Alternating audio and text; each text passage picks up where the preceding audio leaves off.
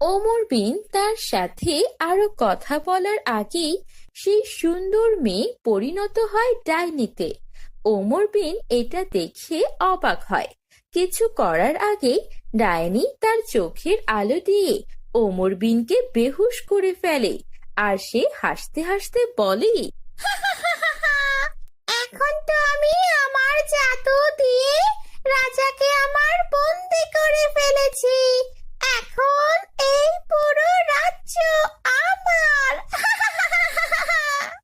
এই বলে সেই ডাইনিটা ওমর বিন রাজাকে একটা গহীন জঙ্গলের গুহায় নিয়ে এক খাঁচার মধ্যে বন্দি করে রাখে এবং তার জাদুর তলোয়ার সে নিজের কাছে রেখে দেয়।